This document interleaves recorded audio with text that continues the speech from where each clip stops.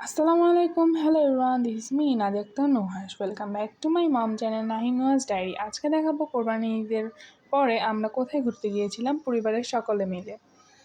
এই যে আমরা বাসা থেকে বের হয়ে গেলাম রেডি হয়ে। আমরা এখন চলে যাব মেট্রো রেল স্টেশনে।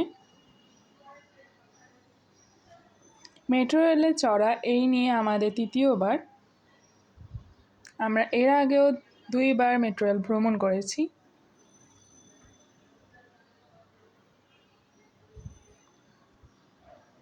আজকে আমরা মেট্রো রেল করে চলে যাব উত্তর অর্থাৎ লাস্ট স্টেশনে।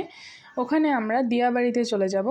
এর আগে আমরা গিয়েছিলাম পার্কে, ফ্যান্টাসি আইসল্যান্ড, ওই পার্কে গিয়েছিলাম। এই যে আমরা মেট্রো রেল স্টেশনে চলে আসলাম।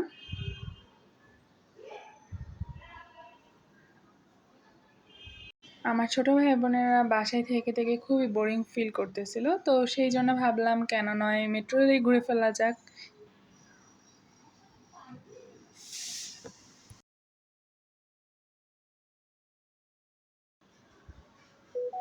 তাদের দুইজনেরই চোখের মধ্যে সানগ্লাস পরার অনেক শখ, অনেক ভালো লাগে, তারা এটা অনেক খুব পছন্দ করে।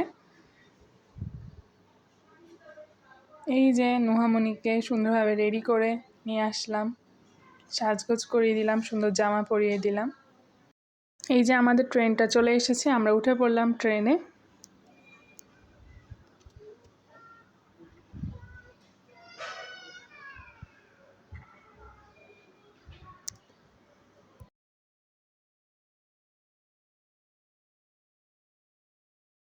এই যে আমাদের ট্রেনটা ছেড়ে দিল, এখন গন্তব্যস্থলে যাওয়ার পালা।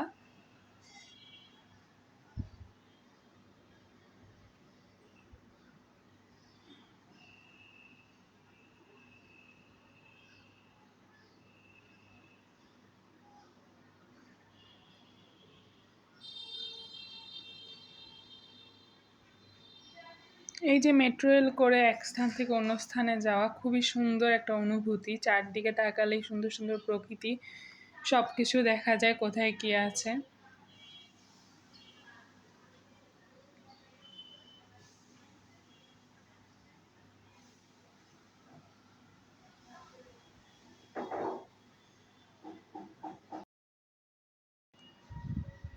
এই যে নুহামণি বাবার কোলে বসে বাইরের সকল প্রকৃতি দেখতেছে, ওর কাছে অনেক ভালো লাগতেছে। ছোট বাচ্চারা বাসায় থেকে থেকে বোরিং ফিল করে, তাদেরকে যদি একদিনের জন্য আনা যায় বাইরে খোলামেলা পরিবেশে, তাহলে তারা খুবই খুশি হয়।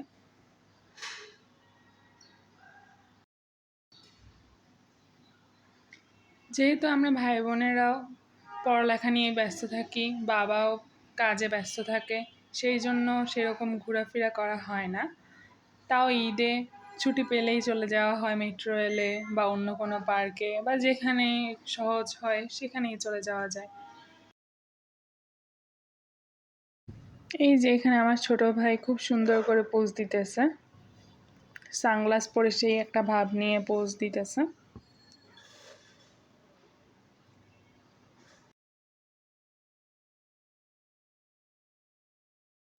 এই যে আমরা প্রায় চলে এসেছি আমাদের গন্তব্যস্থলে। এই যে ট্রেন থেকে নেমে গেলাম,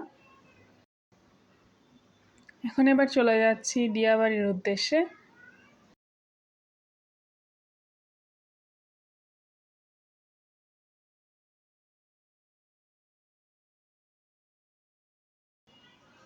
এরকম একদিন পরিবারের সাথে সুযোগ পেলে ঘোরাফেরা করার মজাই আলাদা। দিয়াবাড়িতে গিয়ে আমরা কি কি করলাম, রাতে ডিনার কোথায় করলাম, ভাই বোনদেরকে নিয়ে কোথায় খেলতে নিয়ে গেলাম, সব কিছুই থাকবে নেক্সট ব্লগে। সে পর্যন্ত সবাই ভালো থাকবেন, সুস্থ থাকবেন, আমাদের জন্য দোয়া করবেন। আসসালামু আলাইকুম, আল্লাহ হাফেজ।